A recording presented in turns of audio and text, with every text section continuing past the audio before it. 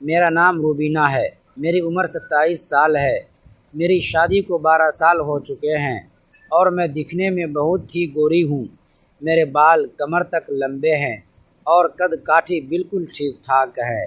میں سڑک کے کنارے ایک ہوٹل چلاتی ہوں جہاں روز سڑک پر سے گزرنے والے ڈرائیور کھانا کھانے اور چائے پینے میرے ہوٹل میں آتے ہیں۔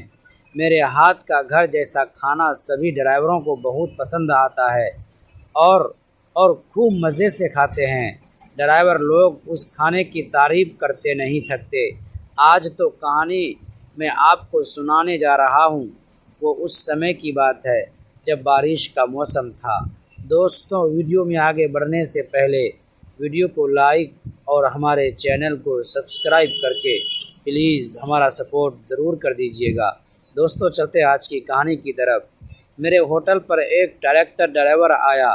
باہر بہت تیز بارش ہو رہی تھی، اس وجہ سے اسے گاڑی چلانے میں مشکل ہو رہی تھی۔ اس نے مجھ سے کہا، کیا مجھے رات رکنے کے لیے ایک کمرہ مل سکتا ہے؟ میرے پاس 2 ہی کمرے تھے، ان میں سے ایک پہلے سے کرائے پر دیا ہوا تھا۔ وہ ڈرائیور بہت ونتی کرنے لگا، اسی لیے میں نے اسے اپنی روم رات بھر رکنے کے لیے دے دی۔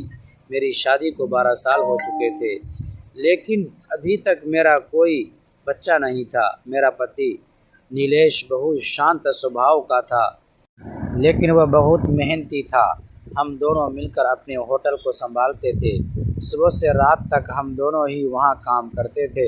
ہمارے پاس ویسے تو زیادہ پیسے نہیں تھے اور ہماری کمائی بھی ہوٹل سے زیادہ نہیں ہو پاتی تھی، لیکن پھر بھی ہمیں بھروسہ تھا کہ ایک دن خوب پیسے آئیں گے۔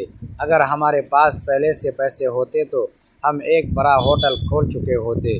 زیادہ تر ڈرائیور چائے پینے کے لیے ہی رکتے تھے اور کھانا میں روٹی بھٹی چوکھا اور چٹنی اور بناتی تھی۔ یہ میرا معمول تھا، لیکن پنجابی ڈرائیوروں کو پنجابی کھانا بہت پسند ہوتا تھا۔ مجھے پنجابی اور چائنیز کھانا بنانا بھی آتا تھا۔ بارش کی ہلکی بوندیں شروع ہو چکی تھی۔ آسمان میں بادل گھر گئے تھے اور سڑک پر گاڑیوں کی آوازاہی کم ہونے لگی تھی۔ تبھی ایک بڑا ٹریکٹر میرے ہوٹل کے سامنے آ کر رکا۔ ٹریکٹر سے ایک تھکا ہوا ڈرائیور اترا۔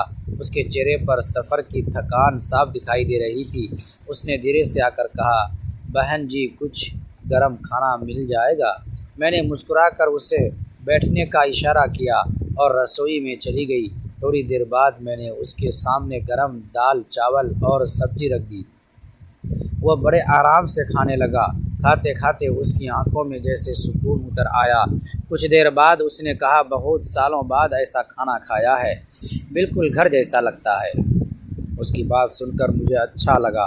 ہوٹل چلانا صرف میرا کام نہیں تھا، بلکہ میری زندگی کا حصہ بن چکا تھا۔ یہاں آنے والے لوگ صرف گراہک نہیں تھے، بلکہ سفر میں ملے چہرے تھے جن کی اپنی کہانیاں تھیں۔ رات گہرانے لگی تھی، باقی لوگ جا چکے تھے، لیکن وہ ڈرائیور ابھی بھی چپ چاپ بیٹھا باہر بارش دیکھ رہا تھا۔ مجھے لگا جیسے وہ کسی گہری سوچ میں ڈوبا ہوا ہے۔ میں نے پوچھا، کیا بات ہے، کہیں جانا نہیں ہے؟ اس نے دھیمی آواز میں کہا، جانا تو ہے، لیکن کبھی کبھی انسان راستوں پر چلتا رہتا ہے اور اسے پتہ ہی نہیں چلتا کہ وہ کس منزل کی تلاش میں ہے۔